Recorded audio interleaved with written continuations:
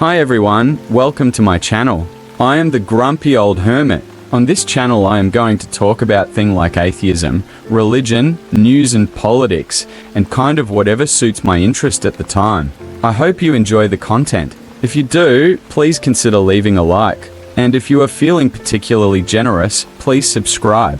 So without further ado, let's get into it. Hey everybody, how is it going today? Today I want to talk about why I don't believe a God exists. I mean, the truth is that there are quite few reasons, really. I guess the main reason, though, is that the whole God concept is incoherent. We are told that God is omnipotent, omnipresent, omniscient, and omnibenevolent. In other words, God is perfect. We are also told that God is a disembodied mind that exists outside of space-time, and that he can interact with our universe. We are also told that we are made in the image of God. None of this makes any sense at all. There is so much wrong with all of this. Let me show you what I mean. First off, what does it mean to exist outside of space-time? In order for something to exist, it by definition must occupy space, time. If something takes up no space and no time, then, again, by definition, does not exist. I have heard some argue that thoughts and love don't exist in the natural world.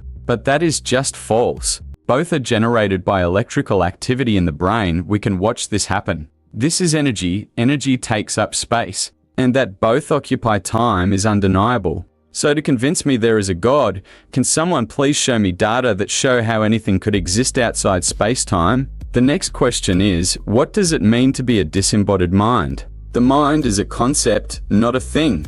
It functions via the brain. So, can anyone explain how this mind would function with no brain? How can thoughts or anything else be generated without the neuron connections to a brain? The thing is, it's not enough to just claim that a disembodied mind exists. You need to have data to show that it does, or that it is even possible. No argument alone can convince me that a disembodied mind can exist. Arguments can be made to take any position. The question is, are they sound? All the apologetic arguments I have heard are remarkably flawed, but I will get into those in other videos. I would like to be shown actual evidence that such a thing as a disembodied mind is even within the realm of possibility. Let's move on to another issue. We are told that we are created in God's image. This is mentioned twice in the Bible specifically. Genesis 1:26, then God said, "Let us make mankind in our image, in our likeness." Genesis 1:27, so God created mankind in his own image, in the image of God he created them, male and female he created them. So this begs the question, if God made us in his image, in what way do we resemble a disembodied mind? Just as an aside, I love where Genesis 1:27 says, he made them in the image of God, both male and female. Does that make God non-binary? Gender fluid? Anyway, the question is, if we are the image of God, how is he a disembodied mind? Moving on. Next up is the issue of a perfect God.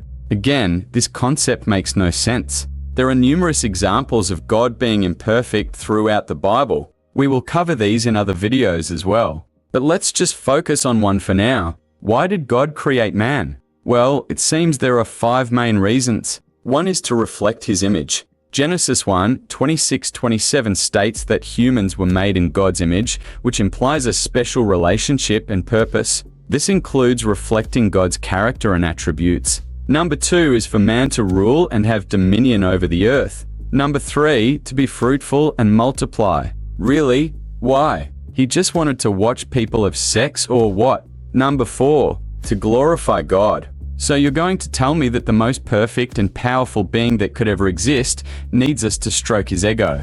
I mean, I guess so. I know when I walk outside, I look to the ants to raise me up in glory. And if they don't, well then, I smite them good. The whole concept is ridiculous. A perfect being would not need anything to praise it. God would know, it is perfect. And finally, number 5, to enjoy a relationship with God. The Bible also highlights that humans were created to have a personal relationship with God, experiencing his love and presence. No one has a personal relationship with God. No one has ever even seen God. Even the Bible is unclear if anyone in those days saw God. You cannot have a personal relationship with something that cannot communicate to you. It's like having a rich girlfriend 2 towns over. Everyone knows you are full of shit, and no one has ever spoken to God. I don't believe that even Christians think that when they are praying, that someone else is speaking back. I mean, with the exception of the Kat Carrs and Kenneth Colans of the world. But they are just grifters. I would be shocked if they believed any of the bullshit they spout. So, these are the main reasons given for why man was created. Not one of these reasons make any sense for a perfect God. He would not need us for any of these reasons. He is perfect. He can want for nothing. Think of it this way. Imagine a perfect circle. Now, if that circle is truly perfect, you could not remove any part of it. Or, and this is important, you could not add anything to it, because to do so would make it imperfect. So it is with God. He is perfect. Adding anything to himself, be that humans or even the universe, would make him imperfect, because that would mean he was in need of something more. But there is nothing more than perfect. Also worth noting is that by deciding that he needed something more, he also had to change. He had to change from a state of contentment to a state of need. That means God had to change. But we are told God does not change. But clearly he had to have. Not to mention, if God moved from contentment to need, he had to take time. But if God is outside of space-time, how did he take time? So these are the reasons I don't believe there is a God. If someone can show me different, I would love to be convinced. Even if I chose not to worship the Christian God, I would be happy to know he was real, because that would mean that magic is real. I have wanted that to be so my whole life, but all my searching has only showed me that I live on a mundane, damp marble, flying through a universe that wants to kill me. So on that cheery thought, thanks for watching and please feel free to comment down below.